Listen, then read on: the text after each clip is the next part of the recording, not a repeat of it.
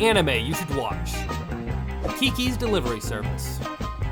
Studio Ghibli has made some of my favorite animated films of all time. Films that, while generally aimed towards child audiences, aren't afraid to touch on more mature topics. The studio's premier director, Miyazaki, has made his mark on the film industry doing just that. And this time we're going to be talking about the Ghibli film I loved before I even knew what the hell a Ghibli was. Kiki's Delivery Service. Also, it's in season because it's about a witch. Burn the witch! Oh, wait, no, sorry, force of habit there. It's Halloween time. Let's go! Kiki is a young witch who is just going out on a journey like all witches do for a year of study away from home. She bids her friends and family goodbye and hops on her broom with her black cat Gigi, off to find a town without a witch where she can take up residence and then find out what type of witch she'll be. Eventually, she settles down in a big, bustling city and does what any person would do: get a low-paying job as a courier. Well, technically she opens her own delivery service and goes out in her broom delivering packages. Along the way, she meets a kind and encouraging baker named Asano who gives her a place to stay, as well as a boy her age named Tombo. He's obsessed with aviation and flight and is naturally drawn to Kiki. It's a classic coming-of-age story filled with beautiful hand-drawn animation, a girl trying to discover what it is to become an adult and grappling with what you have to leave behind in your childhood, while also being filled with action, magic, and wonder to capture children's imagination. The film plays a lot with Kiki's identity and what makes her, and what happens when the things that are most precious to her identity are stripped away. If you have something that is most precious to you, your identity, like an artist or a writer,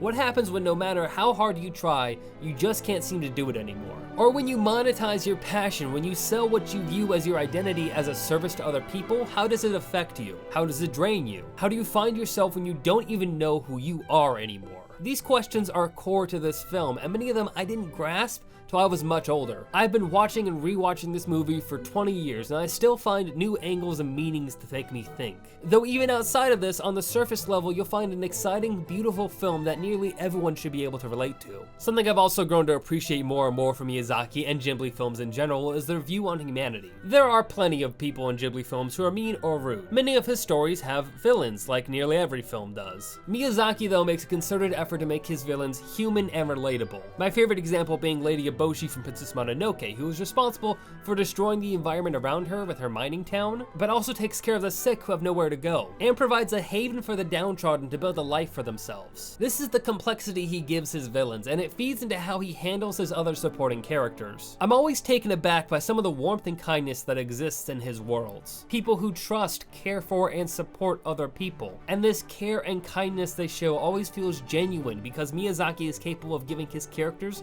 complexity and depth like he does with his villains. They don't feel like they're characters written to the story to help the protagonist. They feel like a living, breathing person who is helping another person. In this way, it avoids feeling sweet or saccharine because it's earned. Visually, the Miyazaki style of character design is alive and well. I always find it difficult to describe Miyazaki's look. For anime, it's very atypical. There is a lot of Western influence in his design and proportions and movement, while also having similar features to some more traditional anime, like the detail of the eyes or the roundness of their face. Or how in anime, characters' jaws tend not to move that much when speaking. A lot of the work is done by the mouth movements. But it's far enough away from both anime and Western design that it becomes its own unique and recognizable look. The movement and animation for characters are unique and have a lot of small subtleties that help you understand and relate to characters. One of the small ones I really love personally is this scene of Kiki running. You see this small skid as she changes direction before gathering herself and bolting forward. You can understand her emotion in the scene clearly by just watching how she moves. The baker's husband is a character basically designed around this whole concept, as he hardly ever speaks, but you can tell exactly what he is thinking and feeling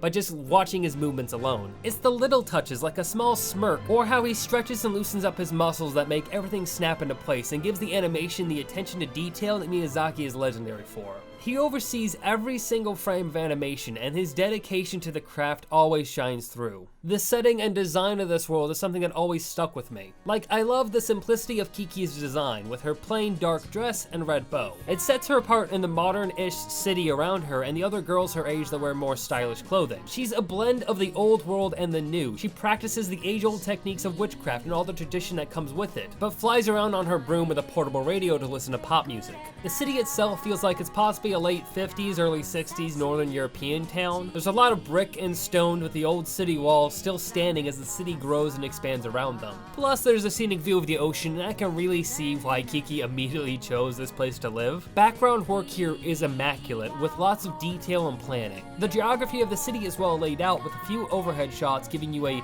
idea of how the city has grown and changed.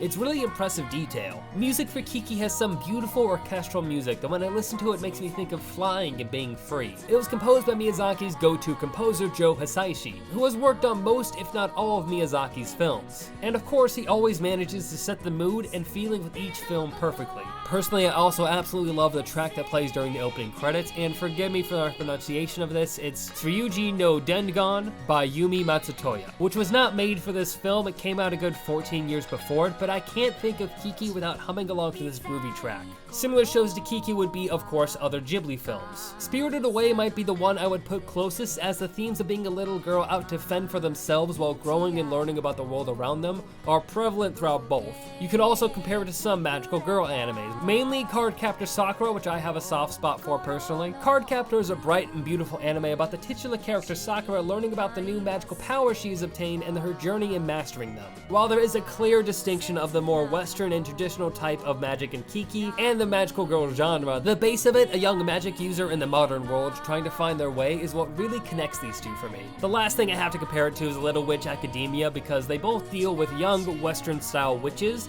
leaving home and learning to master their powers. Little Witch Academia obviously takes place in a school and not a city, and most people in the show are witches as well, so it's not like they have to fit in as a witch, but if you generally just want to see more witches in your anime, this is a no-brainer for you. Kiki's Delivery Service is one of the most heartfelt and beautiful films I've ever seen, and it holds a special place in my heart for how it sparked my interest in anime. As I've watched it over the years, my views on its messages and themes and the parts that draw me in the most change as I change.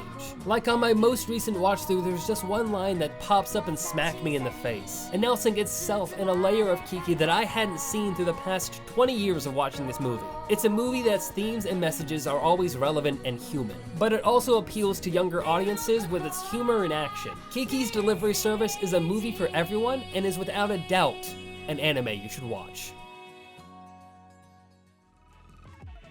Hey, it's a quick message at the end of this video. Thank you very much for watching. I hope you enjoyed this video on Kiki's Delivery Service. If you have anything you'd like to add, please leave a comment. If you like the video, please give it a like. And if you want to see more of these type of videos from me, please hit the subscribe button, and you know what? You'll see more videos, because that's what I put out. I put out videos. Thank you very much for watching, and stay rad.